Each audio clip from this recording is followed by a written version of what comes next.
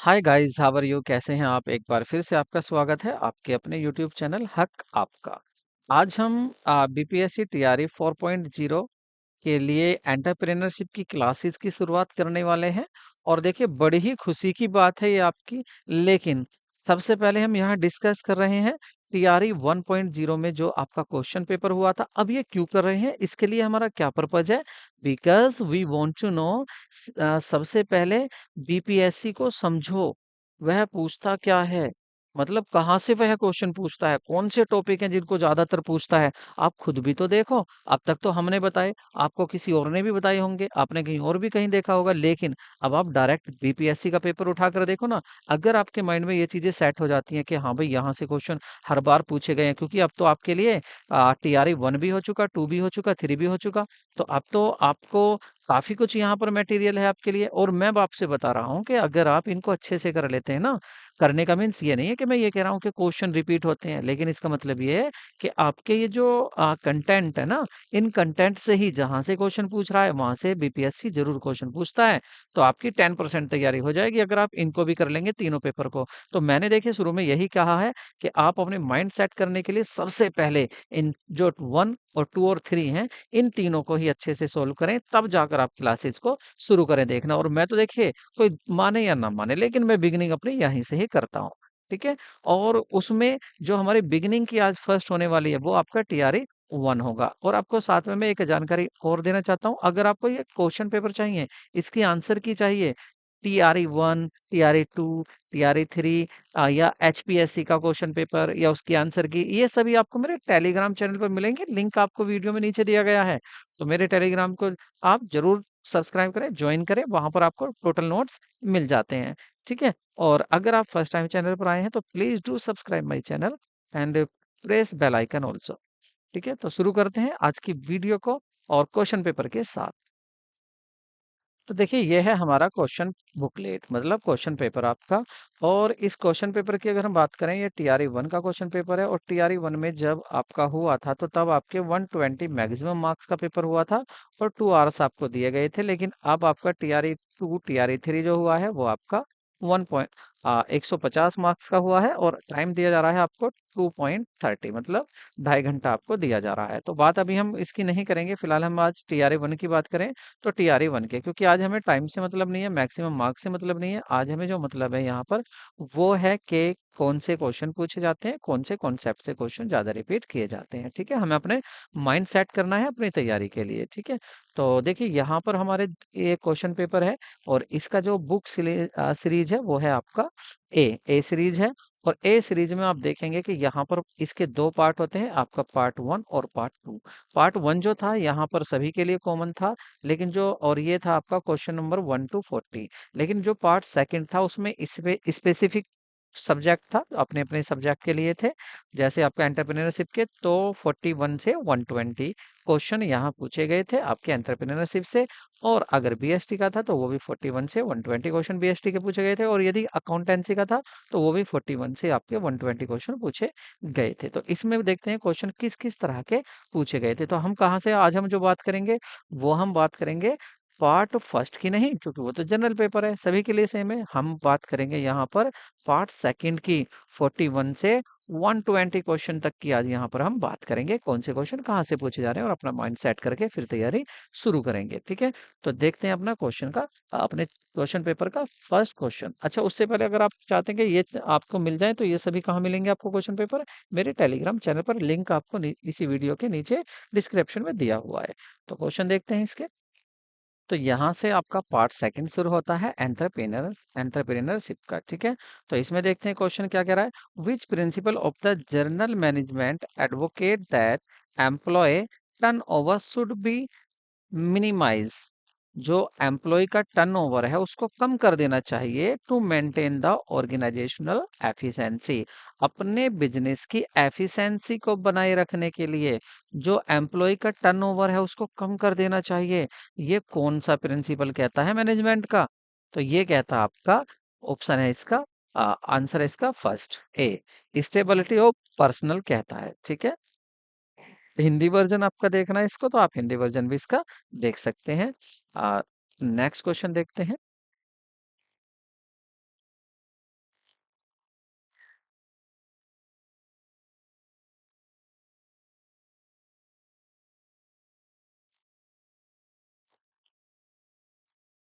Next question है आपका, the policy and process, policy और process, liberalisation and privatisation in India are aimed at. देखिए इसका क्या उद्देश्य था, ठीक है, इसका उद्देश्य क्या था ये आपको बताना है। किसका उद्देश्य?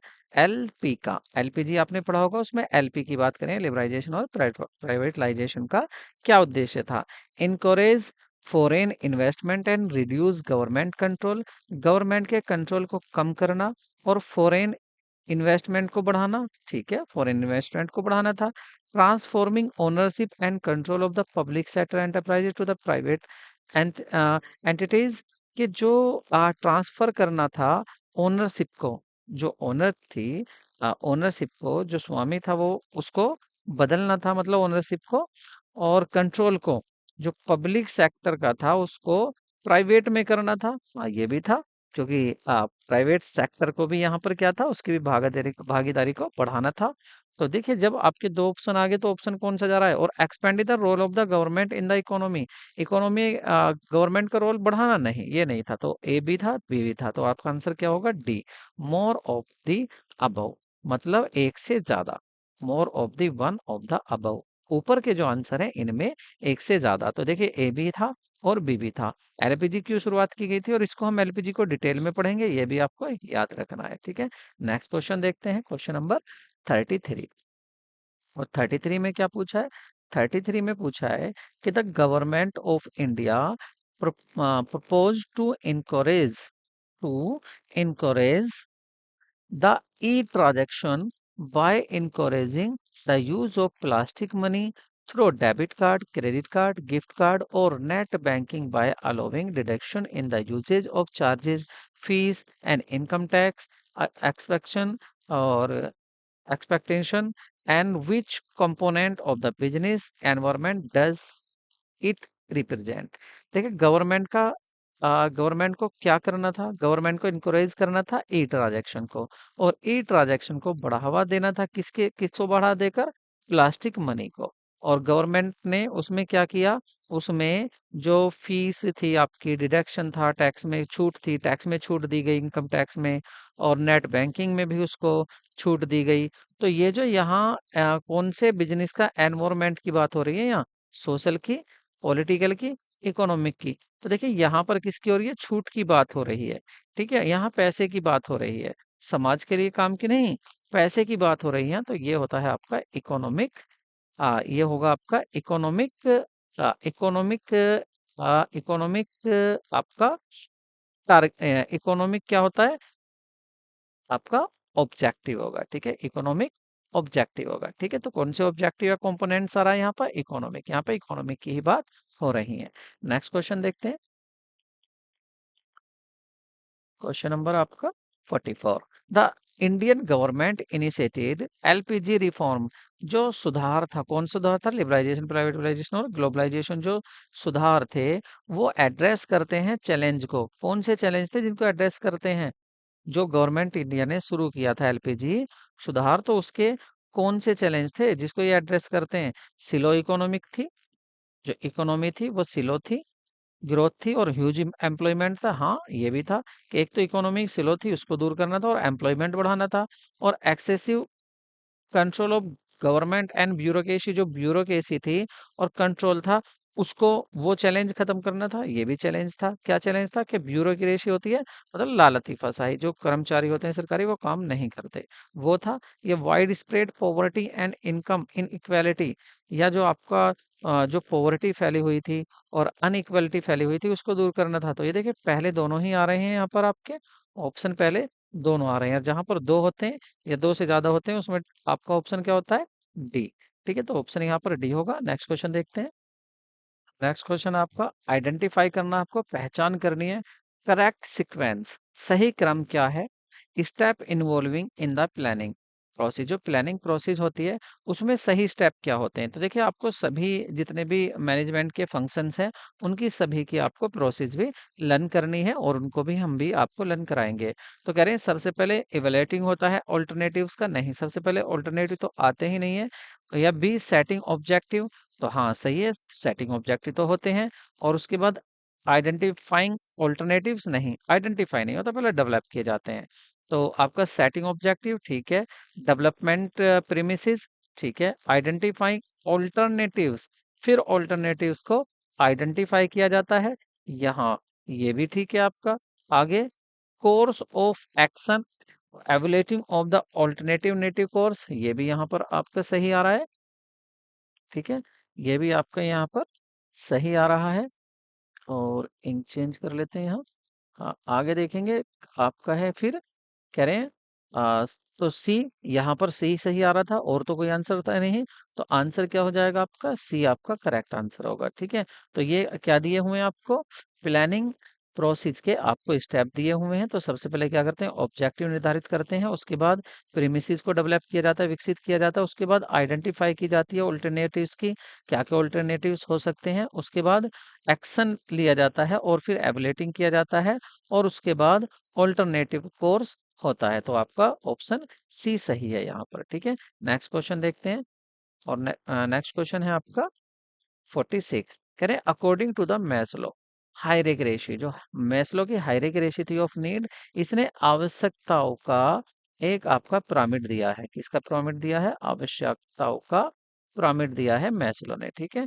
तो इसके बाद कह रहे हैं कि यहाँ पर जो था, need must be satisfy first, सबसे पहले इसने बताया था, इसने एक्चुअली दिया क्या था, इसने नीड्स जो थी वो 5 जगह रखी थी। इसने बताया था कि मनुष्य की विशेषताएं जो होती है ना, वो 5 तरह की होती हैं, और इसने उस पिरामिड में बताया था कि सबसे पहले कौन सी विशेषताएं, कौन सी आवश्यकताएं हैं जो पूरी होनी चाहिए मनुष्य की, उसके बाद कौन सी आवश्यकताएं होनी चाहिए, उसके बाद कौन सी आवश्यकताएं होनी चाहिए।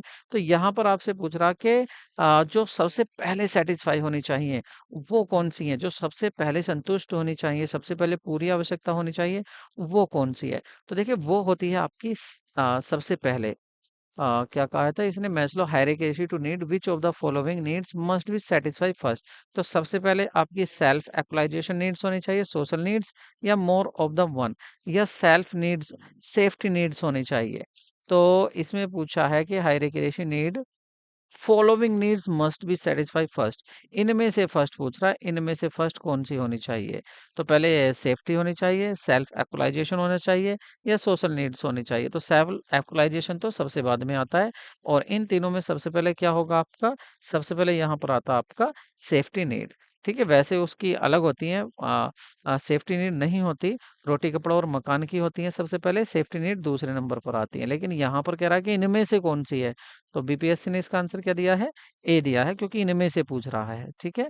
और नेक्स्ट क्वेश्चन देखते हैं, क्वेश्चन नंबर 47, और 47 में क्या कहा गया, 47 में कहा है Indigo limited has a staff, 300 का स्टाफ है, 300 लोगों का स्टाफ है इसका, इंडिगो लिमिटेड कंपनी में, which is grouped into different, जिसको अलग अलग ग्रुप में डिपार्टमेंट में बांटा गया है, जैसे the organisational structure dispute that 100 people work in the production department, production department में कितने हैं, 100 लोग हैं, और 150 लोग किसमें, फाइनेंशियल डिपार्टमेंट में है, और 20 लोग किसमें, टेक्नोलॉजी डिपार्टमेंट में है, and 30 in the human resources department में है। अब आपको आइडेंटिफाई करना है, पहचान करनी है आपको कि type of the organisational structure, के यहाँ पर ऑर्गेनाइजेशनल का, संगठन का कौन सा ढांचा, कौन सा आपका स्ट्रक्चर यूज हो रहा है organisational, being followed by the company, जो कंपनी ने यहाँ पर फॉलो किया है। क्या फंक्शनल स्ट्रक्चर है यहाँ पर, या डिविजनल स्ट्रक्चर है, या इंफॉर्मेशन स्ट्रक्चर है, या इन सभी में एक से ज्यादा होगा। तो सही होगा आपका फंक्शनल, क्योंकि यहाँ देखिए काम के अनुसार बांटा गया है इनको, और जब काम के अनुसार बांटा जाता है तो उसको बोलते हैं फंक्शनल स्ट्रक्चर, ठीक है। नेक्स्ट क्वेश्चन देखते हैं, question number 48, which of the following characteristics of the effective delegation, effective delegation की कौन सी कैरेक्टरिस्टिक्स है, आपको विशेषताएं बतानी है डेलीगेशन की। तो डेलीगेशन की कौन सी विशेषता है, आप उसको बताएंगे। तो देखते हैं यहाँ, providing all decision making authority to the subordinates, जितने भी डिसीजन लेने हैं, निर्णय लेने हैं, उसकी सारी शक्ति किसको दे दो, अपने नीचे वाले अधीनस्थ को दे दो, सबॉर्डिनेट को दे दो, नहीं, ऐसा नहीं है। Granting limit, limited decision making authority to the subordinate, subordinate को एक लिमिट दे दी कि आप इतनी अथॉरिटी ले सकते हैं, ये है। तो यहाँ पर ये भी नहीं है आपका, ठीक है। और आपका क्या, granting appreciate decision making authority to the subordinate, appreciate decision making, ठीक है, अप्रिशिएट करने के लिए डिसीजन मेकिंग किया जाता है, ये आपका सही है। ठीक है, उनको बढ़ावा देने के लिए, उनको मोटिवेट करने के लिए उनसे डिसीजन में भी उनका पार्ट लिया जाता है। तो ये आपकी कौन सी है, ये है आपकी डेलीगेशन की, इफेक्टिव डेलीगेशन की कैरेक्टरिस्टिक्स, कौन सी, कि उनको प्रदान करना है अप्रिशिएट डिसीजन मेकिंग उनको। ठीक है, नेक्स्ट क्वेश्चन देखते हैं 49। ये आपका हिंदी वर्जन हो गया। ठीक है, कौन सी प्रभावी प्रतिनिधित्व की विशेषताएं थी, और यहाँ से आपका 49। ठीक है, 49 देखते हैं question. Which of the following decision is to be made while devising the strategy to staffing. जब डाइवर्सिंग की जाती है स्ट्रेटेजी स्टाफिंग की, तो पूछ रहे हैं कौन सा decision is to be made while, कौन सा डिसीजन लेना होता है जब आप क्या कर रहे हैं, आप कर रहे हैं डाइवर्सिंग कर रहे हैं strategy of the staffing, staffing की डाइवर्सिंग कर रहे हैं आप स्ट्रेटेजिक स्टाफिंग के लिए। तो सबसे पहले आप क्या करेंगे उसमें, तो उसमें क्या आप बताइए कौन सा डिसीजन लेंगे आप, planning to the man power requirement की, geographical distribution, labour market comparison, job seeker, या sequence to the activate in the recruitment process. तो सही आंसर होगा इसका डी, एक से ज्यादा। ठीक है, सही इसका होगा एक से ज्यादा। नेक्स्ट क्वेश्चन देखते हैं। अच्छा, हिंदी में भी एक बार देख लीजिए इसको। कह रहे हैं स्टाफिंग की रणनीति तैयार करते हुए निम्नलिखित में से कौन सा निर्णय लिया जाना चाहिए, कौन सा निर्णय लिया जाना चाहिए, जनशक्ति आवश्यकताओं की योजना, हाँ, नौकरी चाहने वाले सहित श्रम बाजार में भौगोलिक वितरण, या भर्ती प्रक्रिया में गतिविधि की, ये भर्ती प्रक्रिया तो यहाँ होगा ही नहीं, ये स्टाफिंग की, हाँ स्टाफिंग की, ये भी होगा आपका, ये भी होगा, तो आपका यहाँ पर डी आंसर हो जाएगा। ठीक है, नेक्स्ट देख लेते हैं यहाँ 50।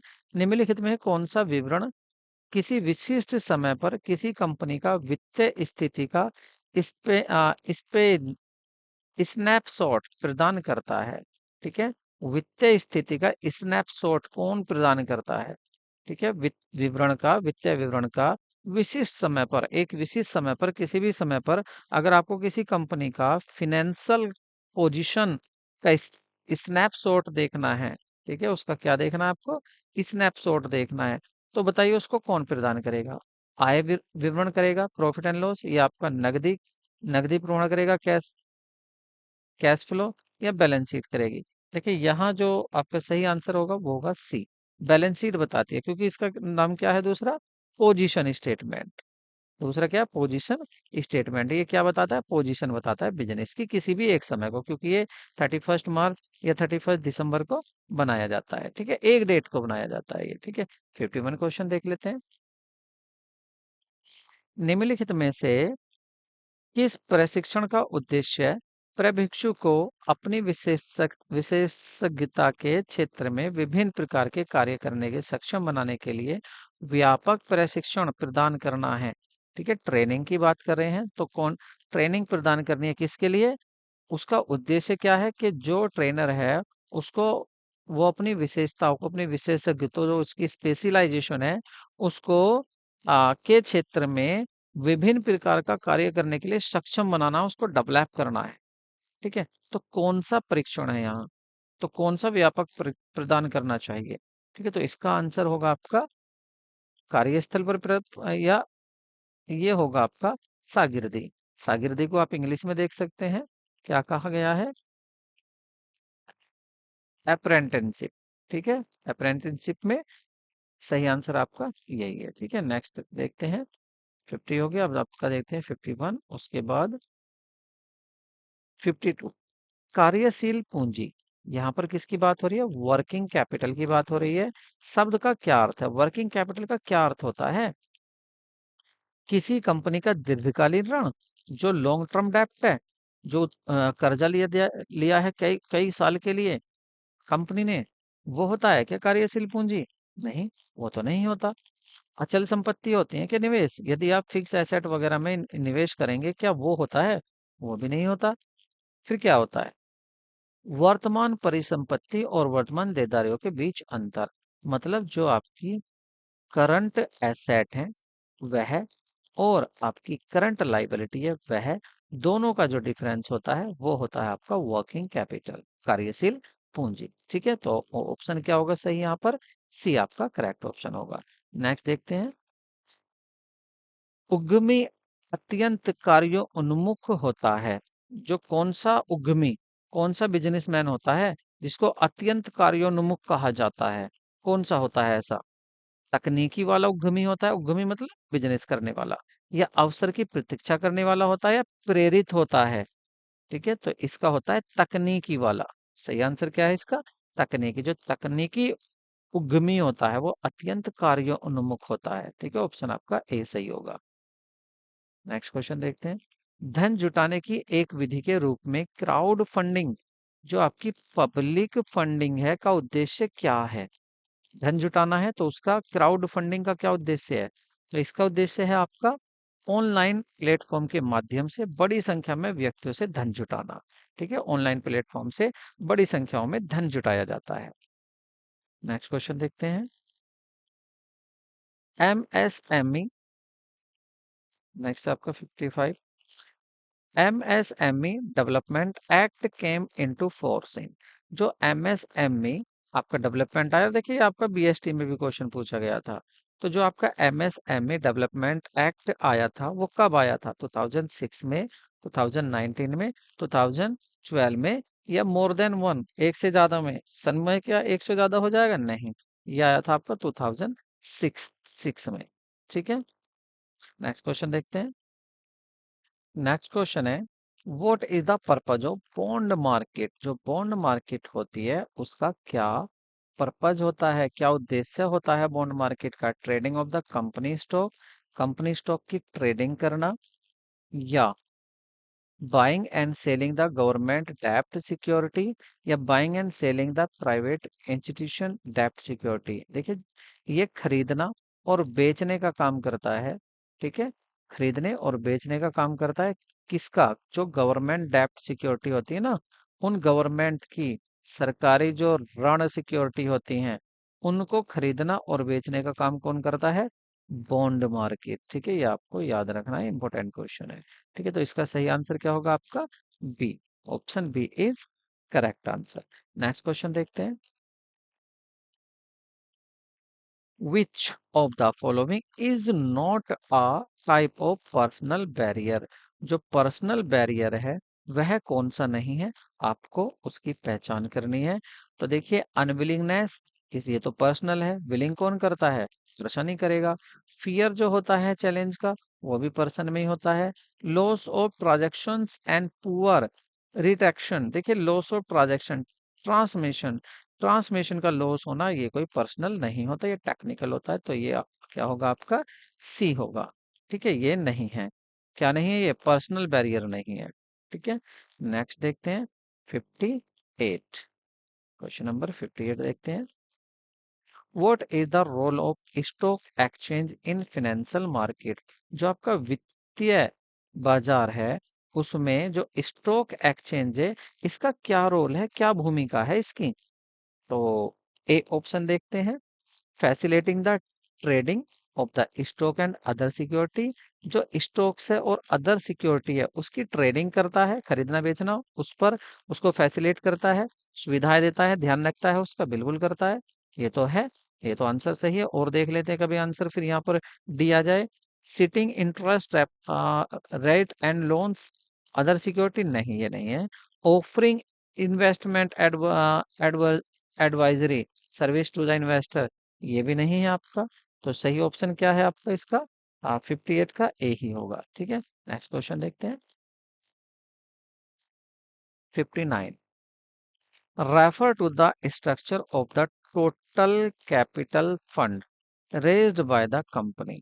ठीक है, तो ये किसको रेफर करता है? फिक्स कैपिटल स्ट्रक्चर जो है, फिक्स कैपिटल स्ट्रक्चर, या टोटल कैपिटल फंड को को रेज्ड बाय द कंपनी, जो कंपनी ने टोटल कैपिटल फंड्स रेज किया है उसको रेफर करता है? फिक्स कैपिटल, या कैपिटल स्ट्रक्चर, या कैपिटल रिक्वायरमेंट? देखिए 59 आपका कैपिटल स्ट्रक्चर की बात हो रही है। जो कैपिटल स्ट्रक्चर होता है वो रेफर करता है, वो किसको बताता है? कि आपका structure of total capital fund, आपका टोटल कैपिटल फंड का क्या स्ट्रक्चर है, जिसको रेज किया गया कंपनी ने, उसको रिप्रेजेंट करता है क्या? Capital structure. ठीक है, नेक्स्ट क्वेश्चन देखते हैं। 60 क्वेश्चन क्वेश्चन देखेंगे। ये हो चुका है, हिंदी वर्जन था इसका 60। ठीक है, तो यहाँ पर कह रहा है आपसे the process which involves involves gaining a consumer requirement and designing a product or service to serve that requirement is known as। कह रहे हैं उस प्रोसेस का नाम बताइए जिसमें इन्वॉल्व होता है गाइनिंग कंज्यूमर को उसकी जरूरतों को एंड उसकी जो डिजाइन है प्रोडक्ट का, या सर्विस देना उसको। ठीक है, सर्विस देना तो एक किस में आता है? क्या प्रोडक्ट मैनेजमेंट में, कंज्यूमर मैनेजमेंट में? देखिए नाम ही इसका तो बता रहा है, तो नाम ही बता रहा है कि इसमें होगा या मार्केटिंग में होगा, क्योंकि मार्केटिंग में क्या आता है कि कंज्यूमर की वांट्स क्या है, कंज्यूमर के लिए गुड्स क्या होना चाहिए, उसका डिजाइन क्या होना चाहिए, सारी बातें इसमें आती है, वो क्या होता है आपका? मार्केटिंग होता है। ठीक है, नेक्स्ट क्वेश्चन देखते हैं। नेक्स्ट में यहाँ कह रहा है आपसे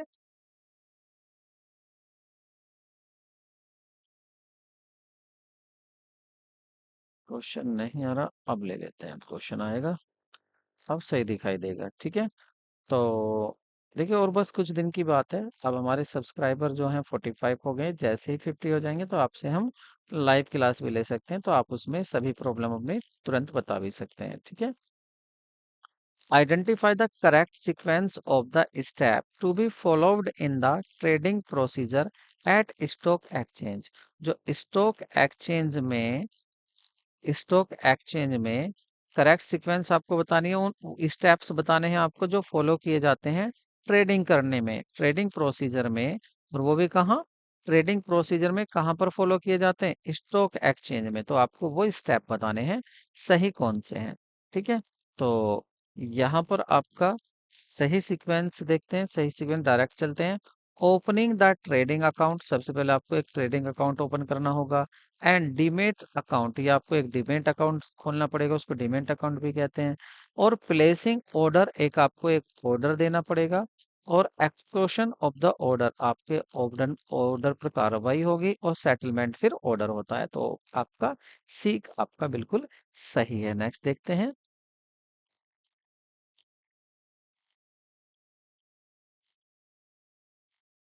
62। ठीक है, 62 देखेंगे यहाँ।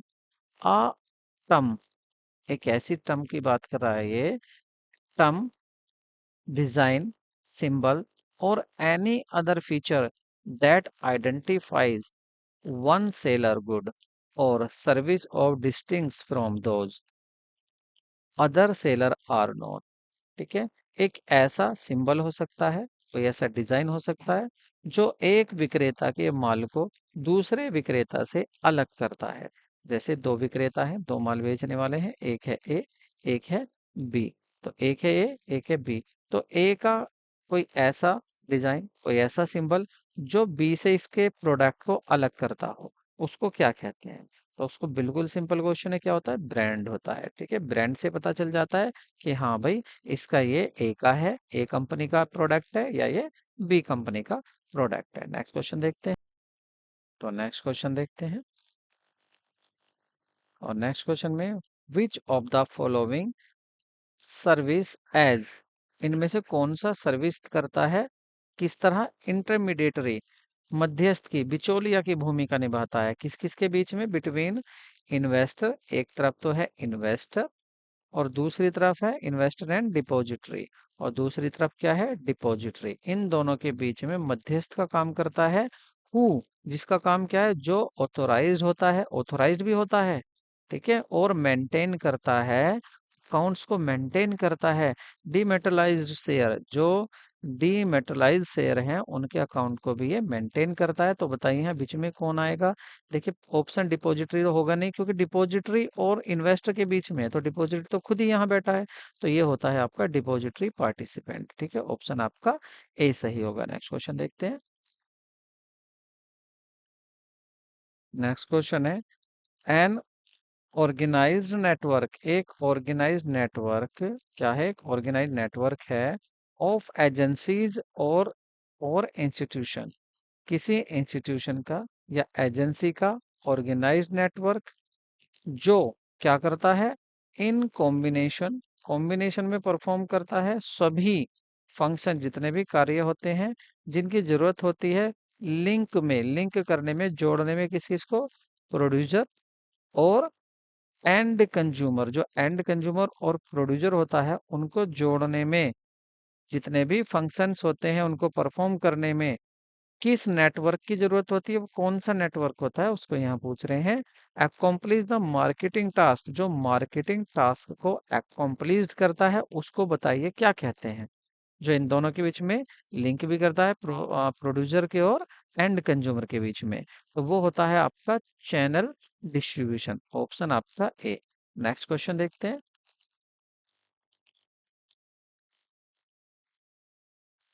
और नेक्स्ट क्वेश्चन है आपका, which of the following promotional tools is thought to be the most expensive to use.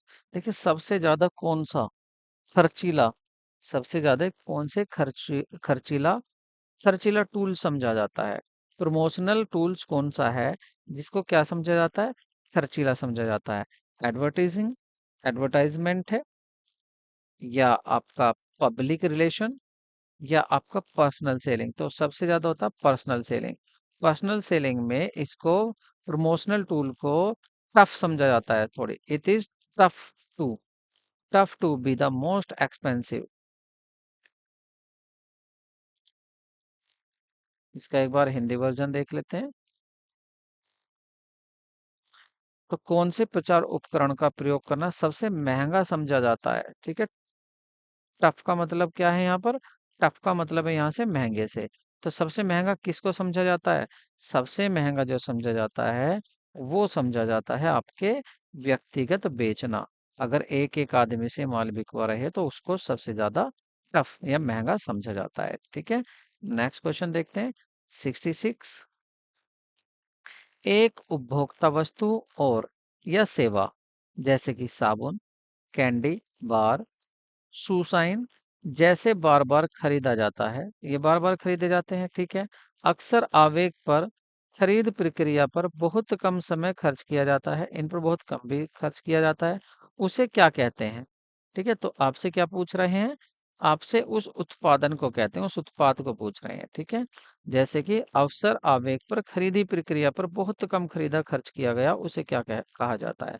तो एक ऐसा आपको उपभोक्ता वस्तु बतानी है, ठीक है। तो वो कौन सी होगी वस्तु, कौन सा उत्पाद होगा, तो वो होगा आपका सुविधाजनक उत्पाद। तो सुविधाजनक उत्पाद ऐसा है जिसको जिसको वस्तु या सेवा के लिए, जैसे ये सब है साबुन वगैरह, जिसको बार बार खरीदा जाता है और अक्सर आवेग पर प्रक्रिया बहुत कम समय खर्च किया जाता है, ठीक है। और बहुत कम समय खर्च किया जाता है, वो क्या है आपका सुविधाजनक उत्पाद पर, ठीक है। नेक्स्ट क्वेश्चन देखते हैं। क्वेश्चन नंबर 60, पहले क्वेश्चन पढ़ लेते हैं उसके बाद इसका आंसर देख लेंगे। क्वेश्चन नंबर 67 को पहले इसको पढ़ लेते हैं उसके बाद देखते हैं। देखिए यहाँ पूछा, बताइए कौन सा कथन, कौन सा स्टेटमेंट इज नॉट ट्रू, कौन सा फॉल्स है, ठीक है, कौन सा गलत है वो आपको बताना है, ठीक है। तो यहाँ पर पहले ऑप्शन पढ़ लेते हैं, उसके बाद क्वेश्चन पढ़ लिया, अब इसके हम ऑप्शन पढ़ते जाएंगे और साथ साथ बताते जाएंगे कौन सा सही है या कौन सा गलत है, ठीक है। चलो तो पढ़ते हैं। तो देखिए पहला कह रहा है, उस महान विचार के बारे में अपने अपने मित्र को पिछले दिन बताया था जिसे कॉपीराइट द्वारा संरक्षित नहीं किया जा सकता। तो ये तो यहाँ पर कोई गलत बात नहीं है, ठीक है। ये तो ऐसे, इसमें कुछ नहीं है। उस महान विचारक के बारे में आपने अपने मित्र को पिछले दिन बताया था जिसे कॉपीराइट द्वारा संरक्षित नहीं किया जा सकता। ये तो कोई बात नहीं हुई कि इसको हम गलत या सही कहें। हम्म, ऐसा भी तो नहीं है यहाँ पर 67 में। कोई क्या पीछे केस स्टडी है, नहीं केस स्टडी यहाँ पर नहीं दी गई है, बस यही पूछ रहा है। तो ये भी कोई गलत बात यहाँ पर नहीं आ रही है।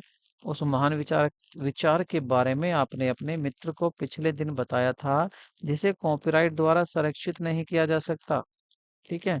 तो ये तो ठीक है। आगे देखते हैं। आमतौर पर ज्ञात जानकारी जिसे सामान्य संपत्ति माना जाता है और बिना किसी ज्ञात लेखाचित्र को कॉपीराइट द्वारा सुरक्षित नहीं किया जा सकता, या एक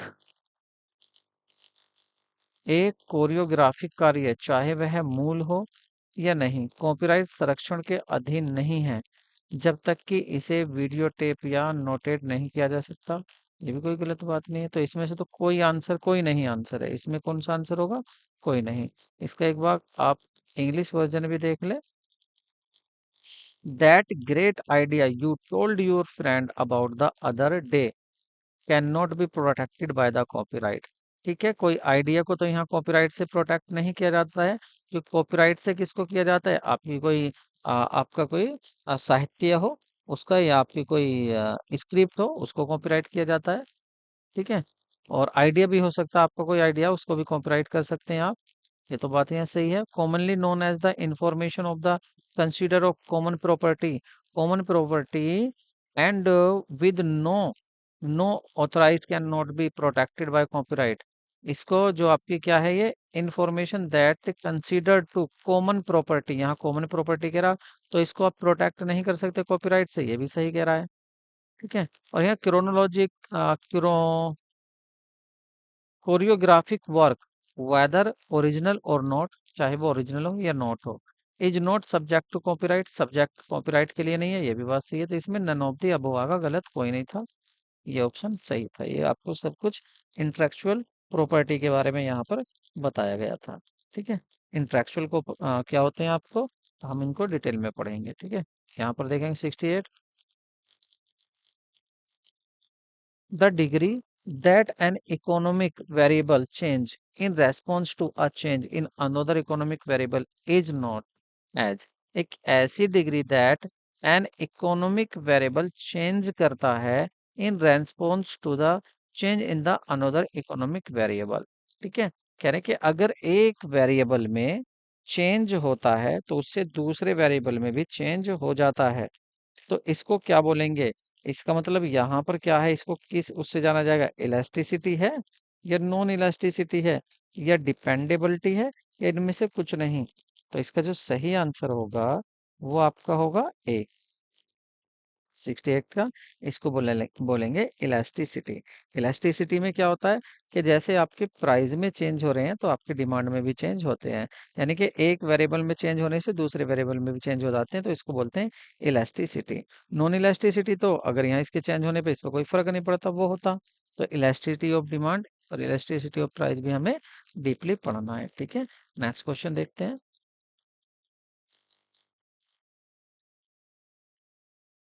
ये हो गया हमारा 68। अब चलते हैं आप 69 की तरफ।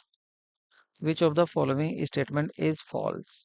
ठीक है, तो यहाँ पर फॉल्स स्टेटमेंट बताना है कि इसमें फॉल्स स्टेटमेंट आपका कौन सा है।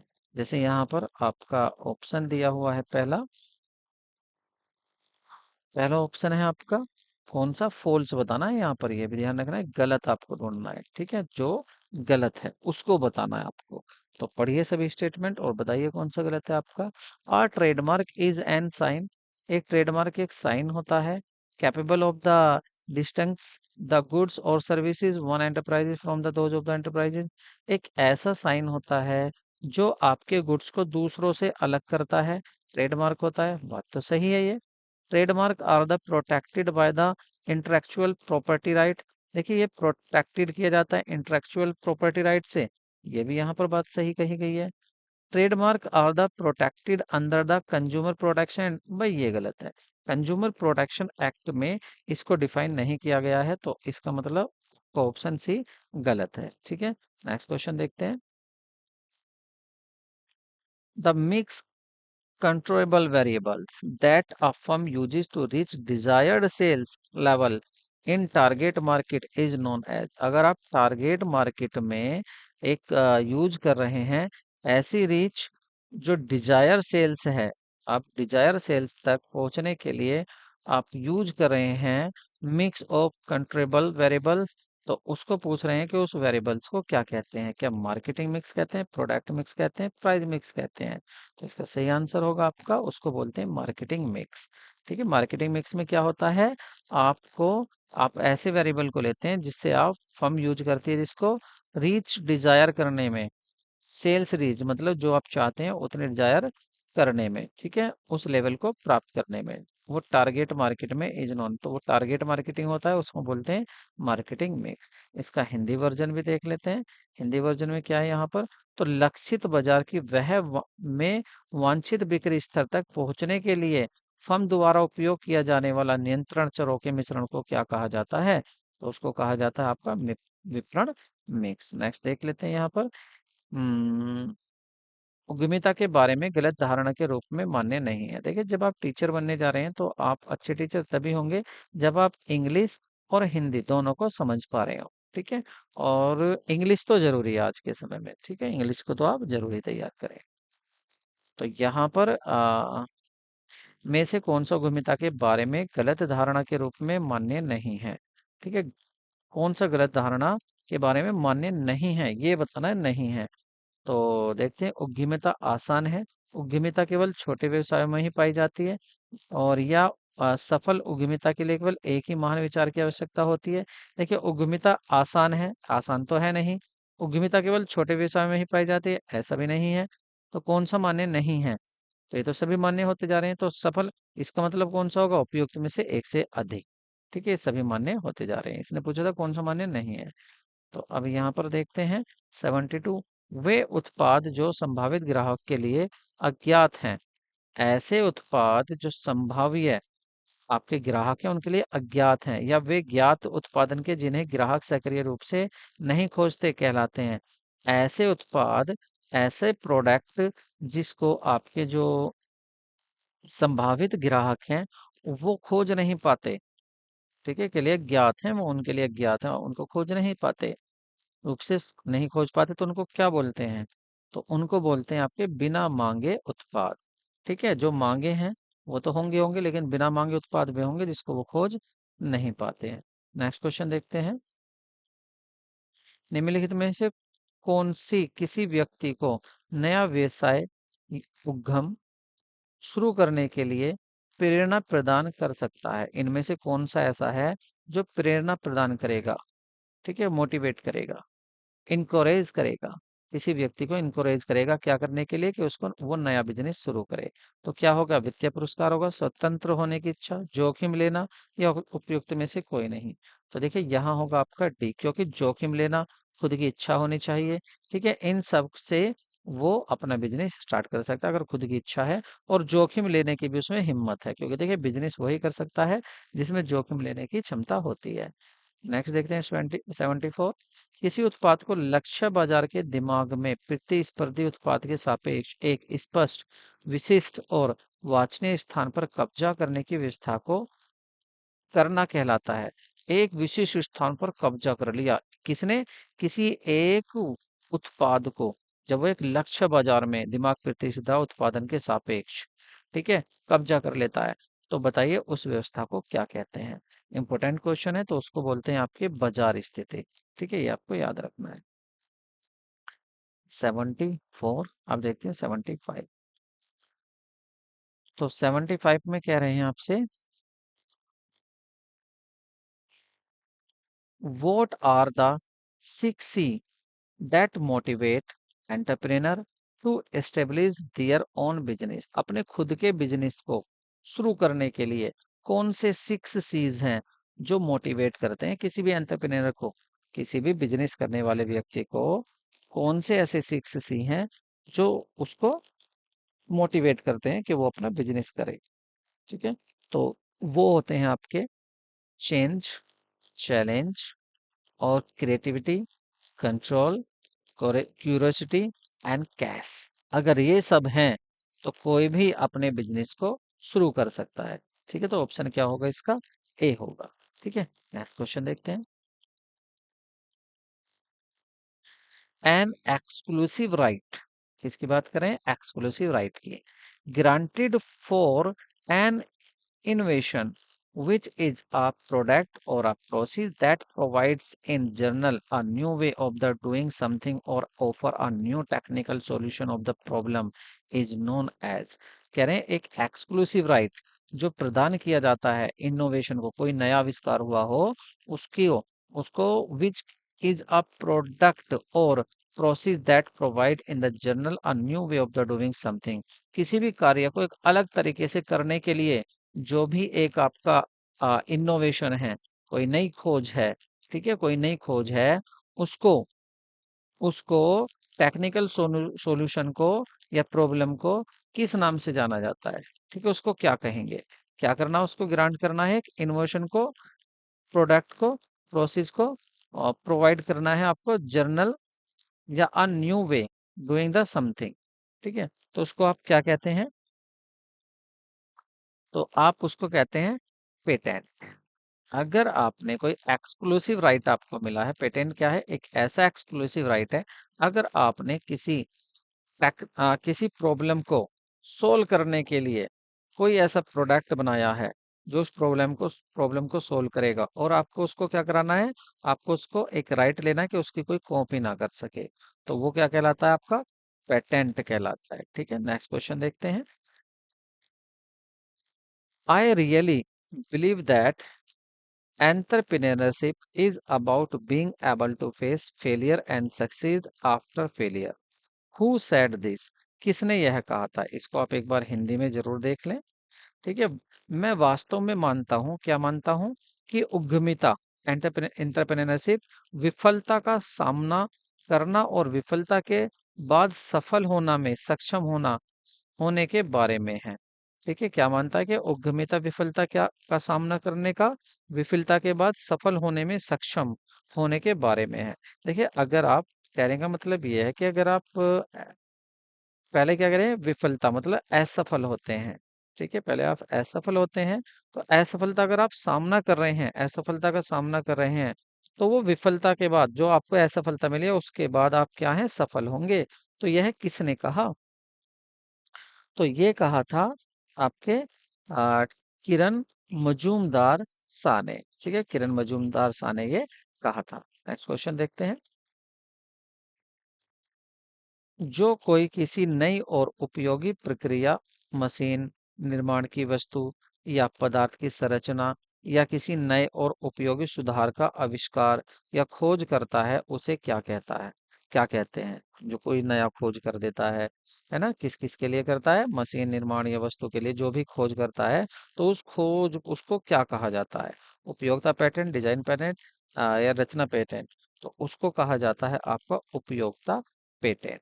ठीक है, इसमें क्या होता है, इसमें उपयोगी प्रक्रिया, मशीन, निर्माण की वस्तु, पदार्थ की रचना या किसी नए उपयोगी सुधार का आविष्कार करना, कोई नया सुधार होना चाहिए, उसको बोलते हैं उपयोगी पेटेंट। ठीक है, पेटेंट का ये रूप है। और नेक्स्ट देखते हैं। तो इसमें आपका गृहिणी शुरू से देख ले, गृहणीय प्रकार के उद्यमी विकसित देशों के लिए विशेष रूप से महत्वपूर्ण है, क्योंकि वे ऐसे देशों का विकास में महत्वपूर्ण योगदान देते हैं। आ, गृहणीय या नवोन्मेषी या अवसर की प्रतीक्षा करने वाले, तो सही होगा गृहणीय। ठीक है, गृहणीय जो आपके उद्यमी होते हैं, बिजनेसमैन होते हैं, वो अविकसित देशों के लिए विशेष रूप से महत्वपूर्ण होते हैं। पेटेंट के लिए कौन आवेदन कर सकता है, बताइए, अगर आपको पेटेंट चाहिए तो कौन उसके लिए आवेदन कर सकता है? ठीक है, तो क्या बाध्य समानुदेशित कर सकता है, पर्याप्त मालिकाना हित रखने वाला व्यक्ति कर सकता है, या समानुदेशित कर सकता है? तो इसमें से समानुदेशित भी कर सकता है, ये भी कर सकता है, इसका मतलब ऑप्शन आपका डी सही होगा। ठीक है, नेक्स्ट क्वेश्चन देखते हैं। Which one of the which one among of the following is considered as the one of the important economic factor? इनमें से कौन सा महत्वपूर्ण इकोनॉमिक फैक्टर समझा जाता है जो डिटरमाइन करता है enterprises natural growth, entrepreneurial growth, जो ग्रोथ को बताता है? तो ग्रोथ को कौन बताएगा, मार्केट बताएगा, गवर्नमेंट बताएगी, पॉलिटिक्स बताएगी, या इनमें से एक से ज्यादा आंसर होगा? तो सही आंसर होगा आपका, ये बताती है मार्केट। ठीक है, सबसे अच्छा इसमें मार्केट को समझा जाता है, जो इकोनॉमिक फैक्टर है एक मार्केट ऐसा जो डिटरमाइन करता है एंटरप्रेन्योर का ग्रोथ को। ठीक है, मार्केट ही बताता है। नेक्स्ट क्वेश्चन देखते हैं। इन कंज्यूमर प्रोटेक्शन की बात हो रही है। What does complaint means? तो इसमें कंप्लेंट का मीन्स क्या होता है, मीन क्या होता है? कंज्यूमर या voluntary consumer association? In the protection वो डज कंप्लेंट मीन, तो कंप्लेंट कौन करेगा, इसका मीन्स क्या होता है? तो इसका ऑप्शन होता है सही डी। कौन कर सकता है? कंज्यूमर भी हो सकता है, वॉलेंट्री कंज्यूमर एसोसिएशन भी हो सकता है जो registered under the company act 1956 में, या वन एक से ज्यादा कंज्यूमर भी हो सकते हैं। ठीक है, तो इसमें आपका डी ऑप्शन करेक्ट होगा। नेक्स्ट क्वेश्चन देखते हैं। Which of the following is not common math about the entrepreneurship? तो एंटरप्रेन्योरशिप के बारे में कौन सी सही बात नहीं है वो आपको बतानी है। ठीक है, तो क्या एंटरप्रेन्योर आर गैम्बलर्स? गैम्बलर्स होते हैं, बिल्कुल होते हैं gamblers. Entrepreneur are born not made? क्या ये बोर्न होते हैं, बनाए नहीं जाते? नहीं, ऐसा नहीं है, बनाए भी जा सकते हैं। Everyone has to the potential to be the entrepreneurship? हर कोई पोटेंशियल होता है, ये भी बात सही है। ठीक है, तो आपका ये भी सही है, ये भी सही है। इसका मतलब कहाँ जाएगा आंसर? फिर आपका डी पर जाएगा। जहां पर ज्यादा आ जाते हैं एक से ज्यादा, तो वहां आपका डी सही हो जाता है। 84 देखते हैं। A dispute where person against home complaint has been made? एक ऐसा डिस्प्यूट जिसके खिलाफ कोई भी पर्सन कंप्लेंट कर सकता है। डेंस और disputes the allegation contained in the complaint section 21E is referred to? तो 221E में रेफर किया गया है। तो बताइए कौन सा डिस्प्यूट जहां पर पर्सन अगेंस्ट होम किसके खिलाफ कर सकता है? तो उसको मार्केटिंग डिस्प्यूट कहेंगे, कंज्यूमर डिस्प्यूट कहेंगे, ट्रेड डिस्प्यूट कहेंगे, या इनमें से एक से ज्यादा होगा? तो सही होगा आपका कंज्यूमर डिस्प्यूट। कंज्यूमर डिस्प्यूट, ये जो आपका सेक्शन दिया हुआ है 2(1)(e) में, तो इसमें आपका कंज्यूमर डिस्प्यूट होता है जिसके खिलाफ कोई भी पर्सन क्या कर सकता है? कंप्लेंट कर सकता है। ठीक है, नेक्स्ट क्वेश्चन देखते हैं आपका 85। is conduct to determine the whether the proposed business has sufficient management exercise, organizational competence and resources to successfully launch its business। ठीक है, तो इसको कंडक्ट किया जाता है किसका निर्धारण करने के लिए कि वेदर जो आपकी प्रपोज्ड बिजनेस है उसमें सफिशिएंट मैनेजमेंट है, एक्सपर्टीज है। तो किसको कंडक्ट किया जाता है? तो यहाँ पर जो सही आंसर होगा वो है आपका, ये होता है ऑर्गेनाइजेशनल फैसिबिलिटी एनालिसिस। तो जो ऑर्गेनाइजेशनल फैसिबिलिटी एनालिसिस होता है वो होता है ये निर्धारित करने के लिए कि आपका जो बिजनेस है वो सफिशिएंटली मैनेजमेंट है, एक्सपर्टीज है, ऑर्गेनाइजेशनल कंपटेंस है एंड रिसोर्सेज जो है वो सक्सेसफुली लॉन्च हुए हैं उसके बिजनेस में। तो इसलिए क्या कंडक्ट किया जाता है? वो कंडक्ट किया जाता है आपका ऑर्गेनाइजेशनल फैसिबिलिटी एनालिसिस। नेक्स्ट क्वेश्चन देखते हैं। A person who start an industry unit by means of an innovative skill is known। लेकिन एक इनोवेटिव स्किल के साथ वह पर्सन जो बिजनेस को स्टार्ट करता है उसको क्या बोलते हैं? फर्स्ट जनरेशन एंटरप्रेन्योर बोलते हैं, इंडस्ट्रियल एंटरप्रेन्योर बोलते हैं, या उसको आपका इनोवेटिव एंटरप्रेन्योर बोलते हैं? तो उसको बोलते हैं फर्स्ट जनरेशन एंटरप्रेन्योर। ठीक है, नेक्स्ट क्वेश्चन आपका 86। नेक्स्ट देखते हैं 87। 87, तो यह कह रहे हैं which of the following is the function of SIDBI? SIDBI का आपसे फंक्शन पूछा गया है, क्या होता है इसका फंक्शन? तो इसका फंक्शन आपका एक्सटेंशन ऑफ सीड कैपिटल होता है, डिस डिसकाउंटिंग ऑफ बिल्स होता है, और promotion of M S M E इसको भी प्रमोट करना होता है, और एक्सटेंशन सीड कैपिटल भी होता है। इसका मतलब इसका ये दो हो गए, तो ऑप्शन क्या हो जाएगा? मोर देन वन। डी आपका करेक्ट ऑप्शन हो जाएगा। नेक्स्ट क्वेश्चन देखते हैं। A person who undertakes those venture which go well along with the changing demand in the market is known। जो changing demand के साथ मार्केट में क्या कर रहे हैं?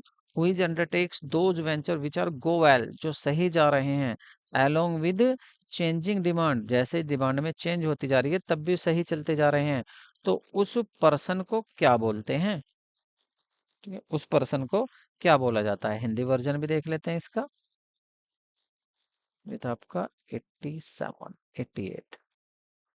जो ऐसा उद्यम करता है जो बाजार में बदलती मांग के साथ साथ चलते हैं उसे क्या कहा जाता है?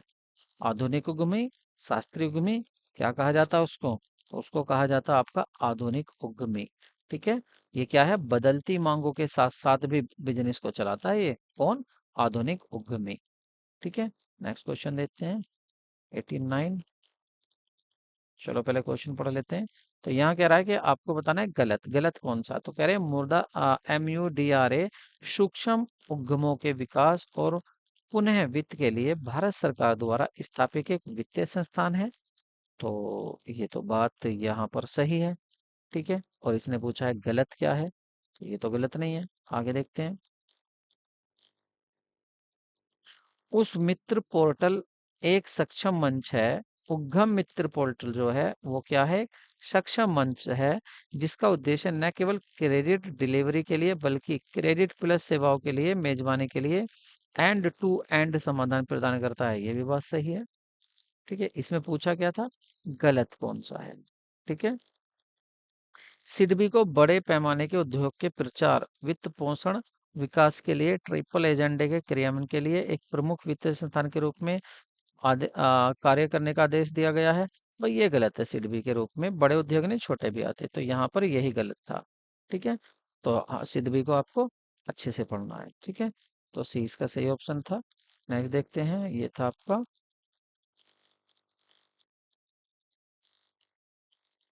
देखो, यदि पति पत्नी मिलकर कोई व्यवसायिक उद्यम चला रहे हैं तो उन्हें क्या कहा जाएगा, संयुक्त उद्यमी, पारिवारिक उद्यमी कहा जाएगा उनको, या सह उद्यमी, तो उसको कहेंगे सह उद्यमी।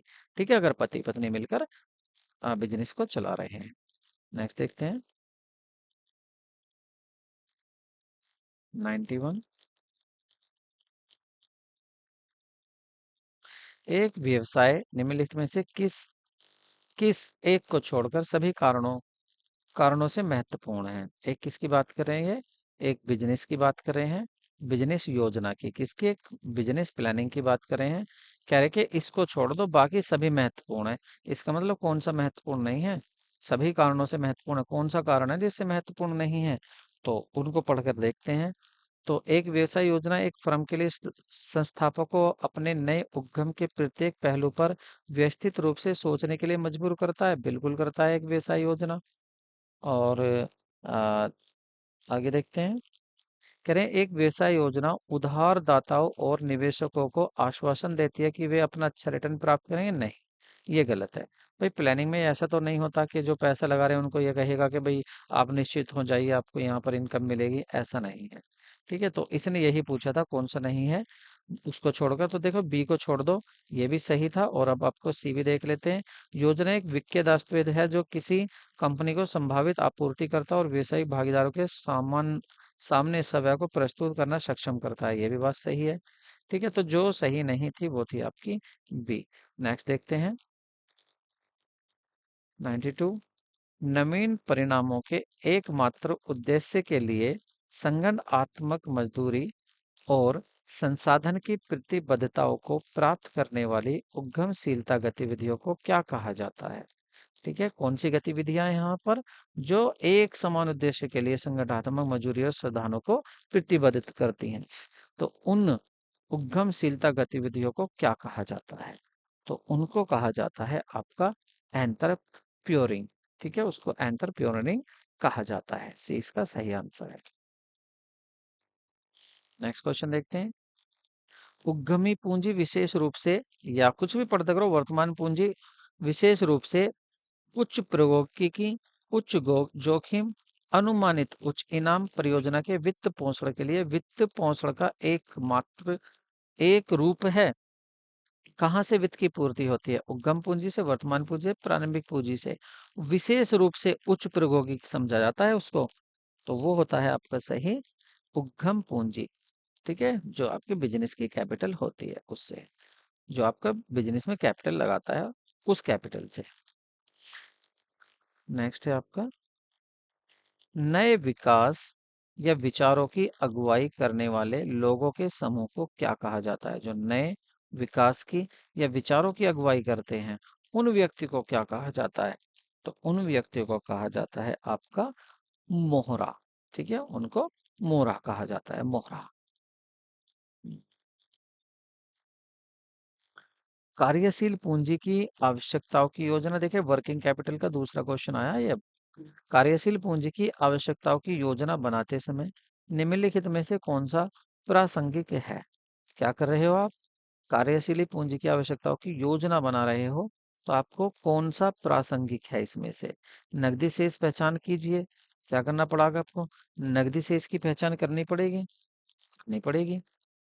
और फिर आगे कह रहे हैं जो व्यवसाय के डे प्रतिदिन खर्चों को पूरा करने के लिए अनुमानित, हाँ बिल्कुल करनी पड़ेगी। डे डे बाय डे के लिए खर्चे जो चाहिए वो वर्किंग कैपिटल में ही आते हैं, उनको वर्किंग कैपिटल कहते हैं। इन्वेंट्री के स्तर की पहचान कीजिए जो निर्बाध रूप से उत्पादन को अनुमति देता है, या उपयुक्त क्रेडिट पॉलिसी की पहचान कीजिए, ये भी सही है, ये भी सही है। तो इसका मतलब दो सही हो गए, तो आंसर कहाँ जाएगा? एक से ज्यादा। तो 95 का क्या हो जाएगा? एक से ज्यादा। नेक्स्ट क्वेश्चन देखते हैं। 96 कह रहे the purpose of soft loan scheme. Soft loan scheme का purpose is to encroach unit of the undertaking. वो बढ़ावा देता है किसको? Unit of undertakes. किसकी यूनिट ऑफ अंडरटेक्स को बढ़ावा देता है? तो ये बढ़ावा देता है आपका modernisation of the plant and machinery, बिल्कुल देता है। Replacement of plant and machinery, ये भी देता है। और जहां दो हो गए वहां क्या हो जाएगा आपका? More than one. ठीक है, एक से ज्यादा आंसर। नेक्स्ट देखते हैं। In the filling folder, drawers, cabinets and cupboards are the required to. इसके रिक्वायर्ड के लिए किसकी जरूरत होती है? वर्टिकल की, हॉरिजेंटल की, या सेंट्रलाइज की, या एक से ज्यादा? तो ऑप्शन होगा आपका वर्टिकल की यहाँ पर जरूरत होती है। Next question. अब बिजनेस प्लान, एक बिजनेस का प्लान इज इम्पोर्टेंट फॉर, वो जरूरी होता है, इम्पोर्टेंट होता है, जरूरी होता है। क्यों जरूरी होता है? प्रोवाइड करता है लेंडर को और इन्वेस्टर को assurance that they will earn decent return. उनको निश्चित करता है कि आप निश्चिंत रहिए, आपको जो है अच्छा रिटर्न मिलेगा। ऐसा होता है? नहीं, ऐसा नहीं होता।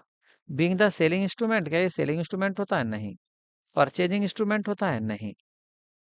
ठीक है, ये प्लान ये काम नहीं करता है। तो क्या बचा? कुछ भी नहीं, नन ऑफ द अबव, इनमें से कोई सा नहीं। प्लान के बारे में कुछ भी नहीं था यहाँ। करें as per the company act 2013, the number of the member of a company excluding present और past employ who is the member also can not be exceed. देखिए एक कंपनी के एम्प्लॉय किससे अधिक नहीं हो सकते। अब यहाँ पहली बात तो यहाँ आपसे ये नहीं कह रहा प्राइवेट कंपनी या गवर्नमेंट कंपनी। ठीक है, तो अब आप यहाँ पर आंसर समझ के दीजिए क्या आंसर देंगे ऐसे में। ठीक है, तो देखिए जब आपसे यहाँ यूं नहीं कहा गया कि प्राइवेट है या पब्लिक, देखिए अगर पब्लिक होती तो अनलिमिटेड होते, तो यहाँ अनलिमिटेड भी नहीं है। और अगर प्राइवेट होती तो उसमें कितने होते? मैक्सिमम 200 होते, वो भी नहीं है। इसका मतलब आंसर क्या होगा? None of the above. यहाँ कोई ऐसी संख्या नहीं बताई गई है जो एक कंपनी के मेंबरों की मैक्सिमम बताए कि इससे ज्यादा कंपनी के मेंबर नहीं हो सकते। ठीक है, 100 देखते हैं। प्लानिंग इज परफॉर्म्ड एट विच, 99 हो गया। हाँ, उसके बाद 100, 100 रह गया, 100 देखते हैं पहले। A favorable set of circumstances, परिस्थितियों का एक set, that create a need for a new product, जो क्या क्रिएट करता है, किसको जन्म देता है? एक नए प्रोडक्ट को, सर्विस को, या बिजनेस को। उसको क्या कहते हैं? एक ऐसा सेट ऑफ सर्कमस्टेंसेस, एक ऐसी परिस्थितियों का सेट जो किसको जन्म देता है? नए प्रोडक्ट को, नई आवश्यकता को क्रिएट करता है। तो उसको क्या बोलते हैं? तो उसको कहते हैं आपका अपॉर्चुनिटी। अपॉर्चुनिटी क्या है? एक ऐसा समय, एक ऐसा अवसर जो कुछ नए बनाने के लिए अवसर प्रदान करता है। Planning is the performed, planning is performed eight which of the following level of the management. आपके दो 3 लेवल होते हैं आपके, टॉप लेवल, मिडिल लेवल और सुपरवाइजरी लेवल। तो बताइए कौन से लेवल ऑफ मैनेजमेंट पर आपकी प्लानिंग की जाती है? तो ये आएगा आपका प्लानिंग जो है यहाँ एक से ज्यादा, मतलब कोई सा भी हो, सुपरवाइजरी लेवल हो, मिडिल हो, टॉप हो, सभी लेवल पर आपकी प्लानिंग तो की जाती है। ठीक है, तो आपका डी ऑप्शन होगा। 102 देखते हैं। What is the first step of the resources assignment process. जो रिसोर्सेज असाइनमेंट प्रोसेस होती है उसका फर्स्ट स्टेप क्या होता है? तो उसका होता है identification of financial resources needed. जो आपकी फाइनेंशियल रिसोर्सेज जरूरतें हैं उनकी पहचान करना। ठीक है, कि आपको कितना पैसा चाहिए, पहचान करना। नेक्स्ट क्वेश्चन देखते हैं।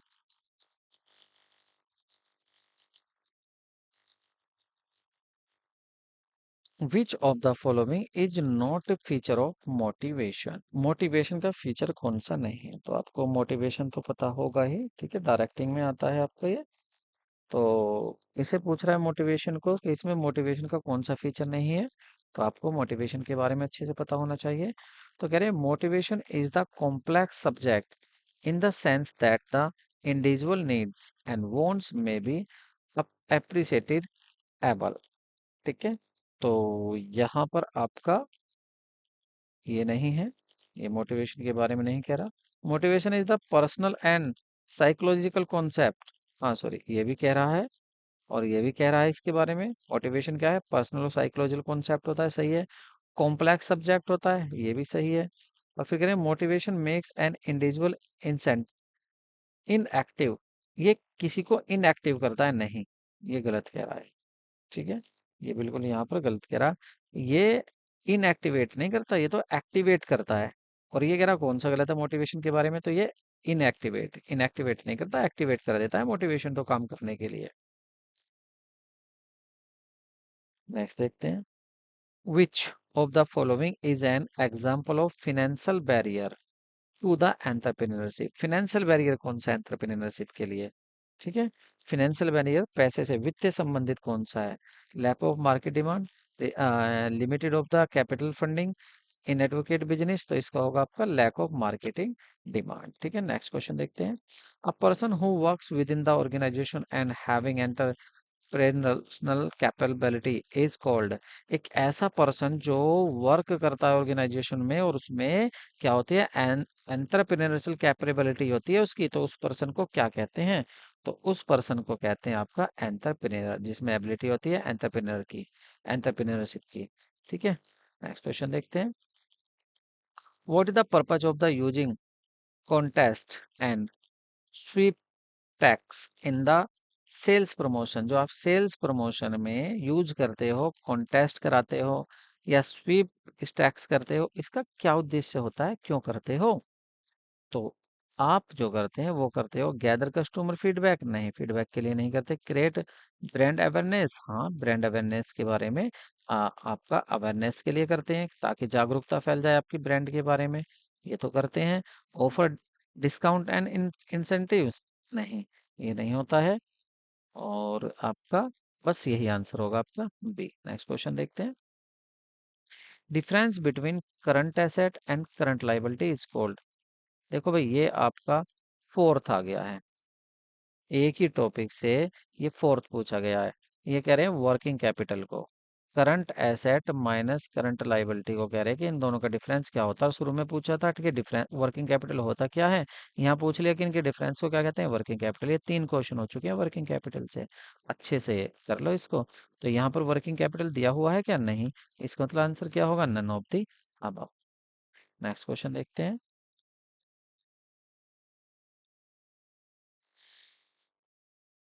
The primary object of the sale promotion, जो सेल प्रमोशन होता है उसका प्राथमिक उद्देश्य क्या होता है? तो सबसे पहला उद्देश्य क्या होता है किसका?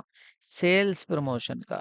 तो सेल्स प्रमोशन का जो सबसे पहला उद्देश्य होता है वो होता है आपका बिल्डिंग ब्रांड इक्विटी, नहीं, इंक्रीज कस्टमर लॉयल्टी, नहीं, generate immediate sales and boost revenue, ये सही है। इमीडिएट सेल्स को बढ़ाइए, बूस्ट कीजिए रेवेन्यू को, तो ये इसका उद्देश्य होता है। ठीक है, नेक्स्ट क्वेश्चन देखते हैं।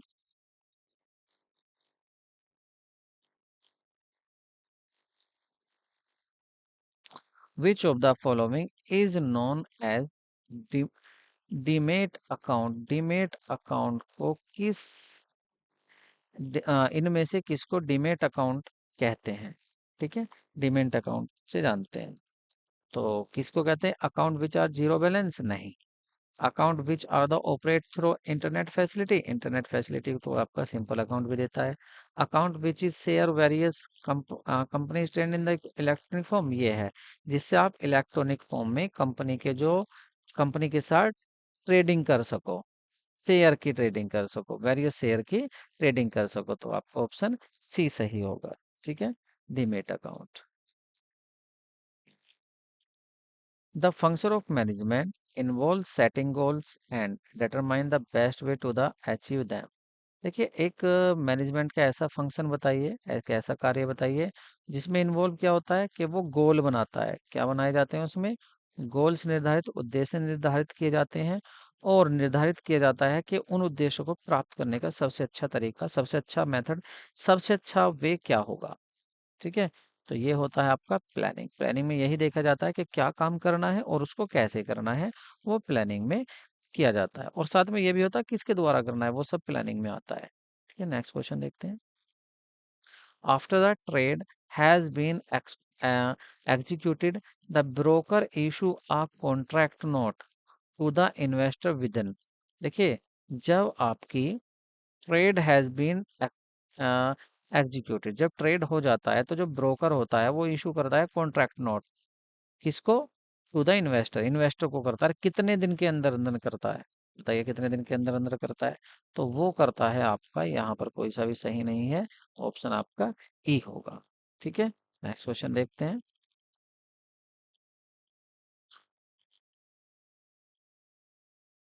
अच्छा, यहाँ ये तो बताइए ना कि इसके लिए होगा क्या सही आंसर। ठीक है, तो देखिए कितने दिन में इन्वेस्टर को, कितने दिन में कॉन्ट्रैक्ट नोट इशू कर सकता है ब्रोकर? तो ये करता है आपका, इसको आप याद रखें, 24 आवर्स में। 24 आवर्स में करता है, 24 घंटे में। यहाँ पर क्या था, अलग अलग था, तो इसलिए हमने नन ऑफ दीज लगाया। ठीक है, करेक्ट भी तो पता होना चाहिए, मैं आगे बढ़ गया, सॉरी फॉर दैट। आगे बढ़ने के लिए मतलब सॉरी। आगे आगे देखते हैं। What does the term debt financing refer to? डेप्ट फाइनेंसिंग जो होती है, इसका मतलब क्या होता है, ये किसको रेफर करती है? Selling company share to the public, company के शेयर बेच देना पब्लिक को, उसको करती है? नहीं, ऐसा नहीं है। या obtaining funds from the investor, investor से फंड्स, फंड्स को ऑब्टेन करना, प्राप्त करना, कि जो भी इन्वेस्टर है लाओ भी पैसा दे दो। या एक्सचेंज ओनरशिप स्टेक? नहीं।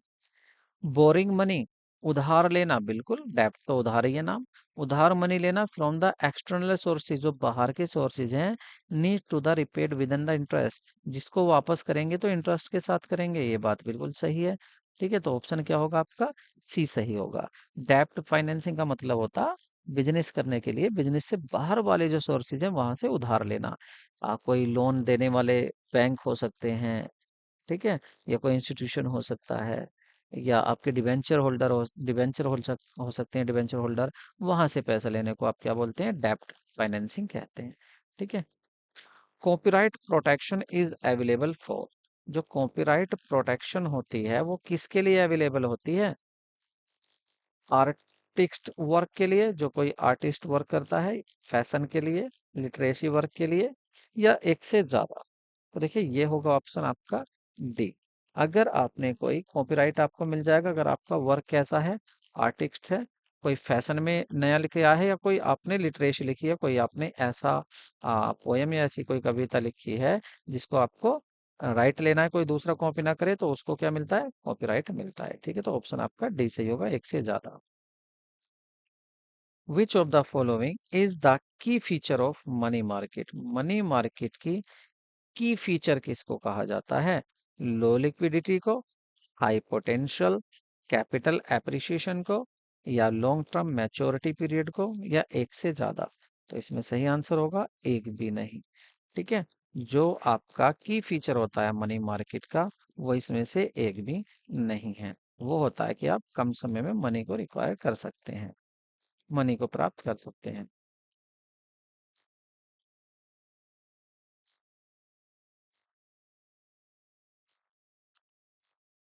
डिस्ट्रिक्ट कमीशन सेल, डिस्ट्रिक्ट की बात हो रही है, जिला, जिला फॉर्म की बात हो रही है। District commission shall decide the administrability of the complaint under the consumer protection act within. कितने दिन में जो जिला फॉर्म है, कितने दिन में वो कंप्लेंट उसमें दर्ज की जा सकती है ना? वेरी इंपॉर्टेंट क्वेश्चन है। तो इसमें नन ऑफ द अबव, 45 दिन नहीं, या 30 डेज नहीं, 7 डेज नहीं, आप जब भी आपको पता चले, आपने जब प्रोडक्ट लिया, जब भी आपको वो नुकसान देगा, आप कितने दिन बाद, हो सकता है आप 2 महीने बाद उसको यूज करें, तो जब भी आपको वो नुकसान करेगा, आप तभी क्या कर सकते हैं, डिस्ट्रिक्ट कमीशन में कंप्लेन कर सकते हैं। तो none of the above. Next question देखते हैं। आ डिस्टिंक्ट साइन, एक ऐसा sign which identify certain goods or service those product one is provided by the specific person enterprises is known। एक ऐसा साइन जो एक प्रोडक्ट को दूसरे प्रोडक्ट से अलग करता है, ठीक है, उसकी कोई दूसरा कॉपी नहीं कर सकता। क्वेश्चन रिपीटेड है, याद रखना। देखो, ठीक है, ऐसा क्वेश्चन पहले भी पूछा जा चुका है। तो वो होता है आपका ट्रेडमार्क। पहले भी हुआ था ये क्वेश्चन, देखना 2 बार आया हुआ क्वेश्चन है ये। नेक्स्ट देखते हैं।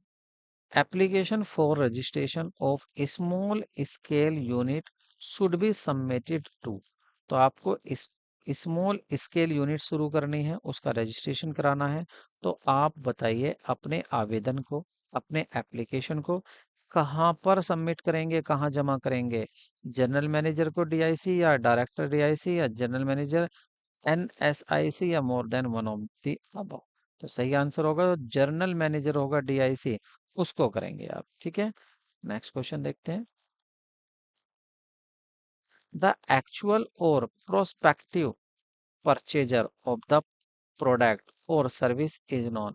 देखिए, आपको भावी एक्चुअल हो या प्रोस्पेक्टिव, जो आपको लग रहे हैं कि भाई ये परचेजर होंगे, ये हमारे गुड्स को खरीदेंगे, ये सर्विस को खरीदेंगे, उनको क्या कहते हैं?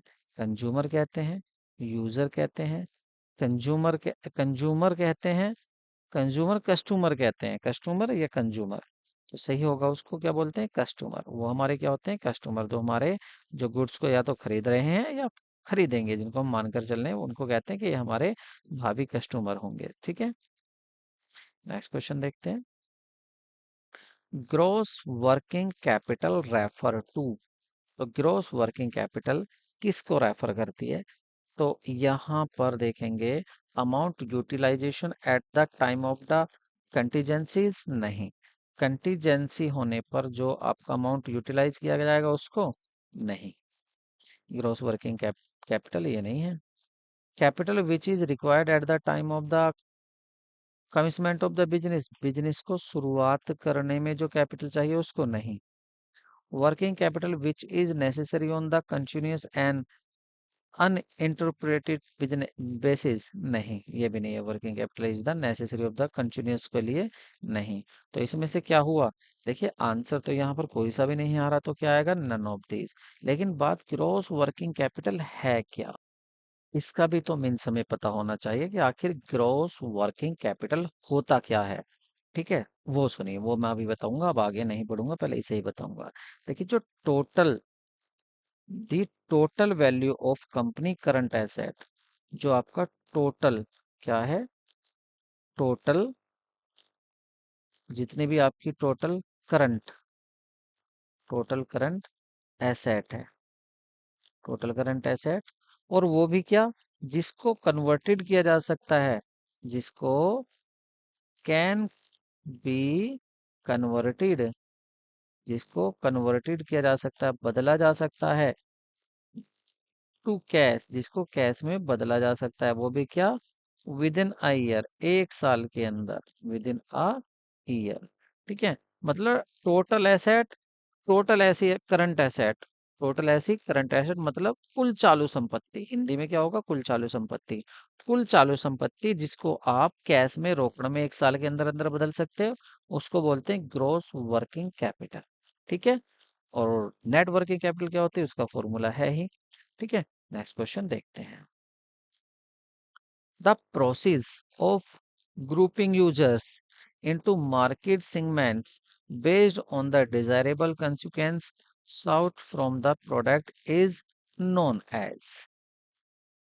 तो इसमें कह रहे हैं कि एक ऐसी प्रोसेस जिसमें ग्रुपिंग किया जाता है, जो आपके उपयोगकर्ता हैं, यूजर्स हैं, उनको ग्रुपिंग कर कर रखा है, उनको खंडों में बांट रहे हैं, ठीक है। और वो भी कैसे खंडों में?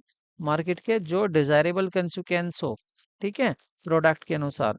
तो ये जो आप अलग अलग समूह में बांट रहे हो, कंज्यूमर को, यूजर को बांट रहे हो, इसको क्या कहा जाता है?